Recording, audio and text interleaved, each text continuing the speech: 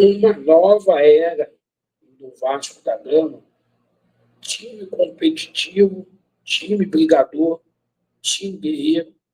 Vamos falar muito aí sobre o atual momento do Vasco da Gama, nas duas competições, no Campeonato Brasileiro e também na Copa do Brasil, após o empate heróico ontem contra o Flamengo.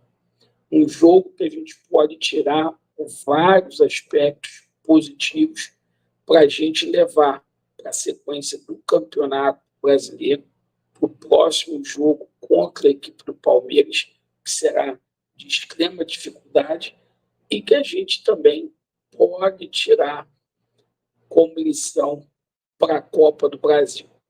Esse Vasco que está aí, ele compete e joga de igual para igual com qualquer equipe do Brasil, com alguns jogadores com potencial aí para até entregar mais a nossa instituição.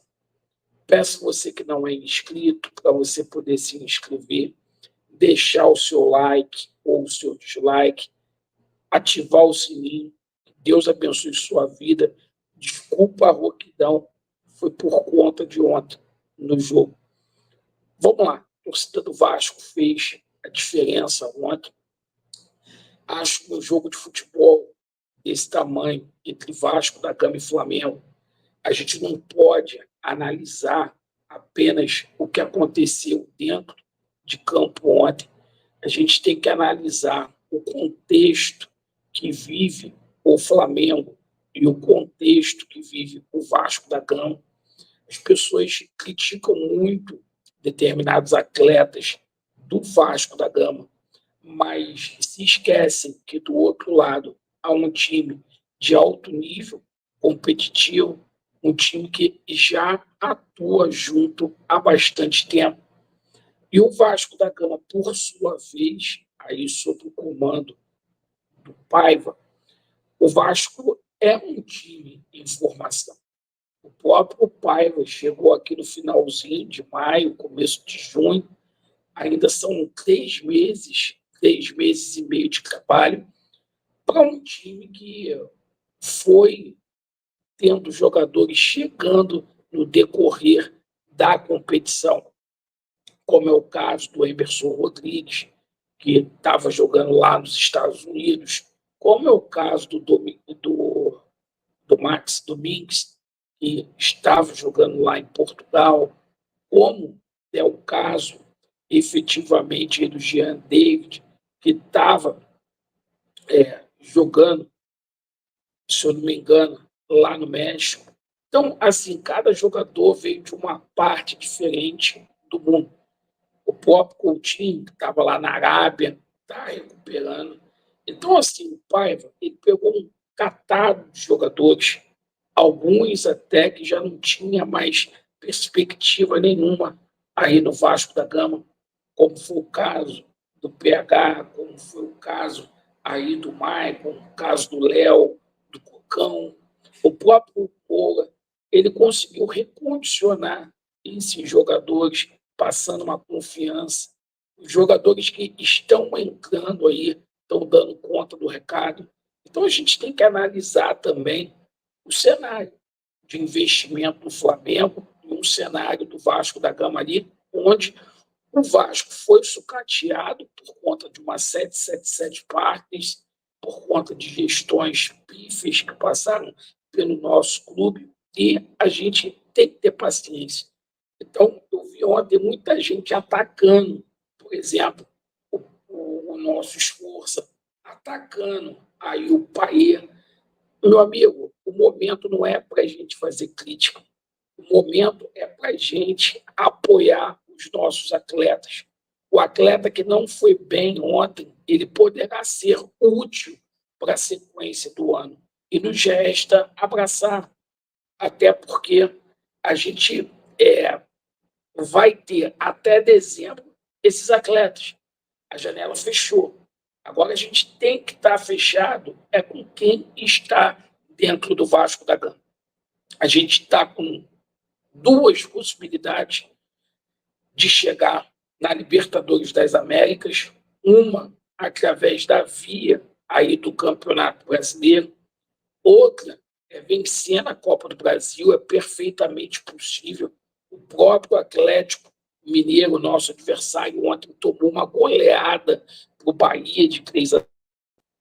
Então, isso é muito importante, pessoal. Isso é muito importante a gente ter essa conotação e essa análise. O Vasco está chegando, é um momento que a gente tem que apoiar incondicionalmente quem está aí no Gigante da Colina. Agora a gente tem um jogo dificílimo aí contra o Palmeiras. Jogo lá em Brasília, campo neutro, que é 7-7-1, vendeu desde o ano passado. Então, o Vasco vai ser um jogo muito mais difícil do que foi contra o Flamengo, porque o Palmeiras ali, ele simplesmente está focado só no Campeonato Brasileiro, mas eu tenho convicção que o Vasco pode vir para o Rio de Janeiro, trazer pontos, e é importante. E vamos pegar aspectos positivos aqui. O próprio Vasco da Gama, nas últimas 4 partidas, o Vasco foi buscar resultados. O Vasco virou 2 jogos contra o Atlético, conseguiu levar um jogo, os pênaltis, quebrou um tabu lá na Arena da Baixada. O Vasco tem quebrado tabus esse ano, como foi o caso do Corinthians. E ontem a gente foi lá e fez jogo duro. Então é o seguinte, a gente não pode se esquecer que do outro lado tem uma grande equipe que joga muito tempo junto. E o seguinte, a lição que a gente tira disso também é que agora, né, muitas pessoas falavam que o Vasco da Gama estava destroçado, que o Vasco precisava ser vendido, que o Vasco simplesmente precisava ali arrumar um investidor. A gente está vendo que o Pedrinho está dando conta do recado. O Pedrinho tomou algumas medidas que, embora sem dinheiro, mas com amor, com dedicação, com luta, com empenho, conseguiu trazer esse DNA de Vasco, do time da virada, para cá. E quem sabe aí o Pedrinho não possa manter a SAF sob o controle aí do associativo. Está dando certo, está dando certo. Ninguém esperava que isso fosse acontecer. E o Paiva, em 3 meses e meio, consegue montar um time sem dinheiro, quebrado, com todas as dificuldades, com tudo rigorosamente em dia, diga-se de passagem.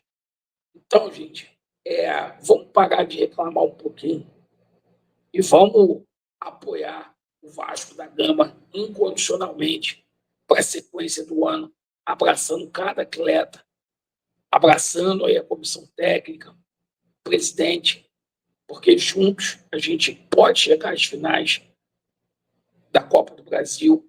A gente chegando, a gente coloca pelo menos 35 milhões nos nossos bolsos, 35 milhões de reais.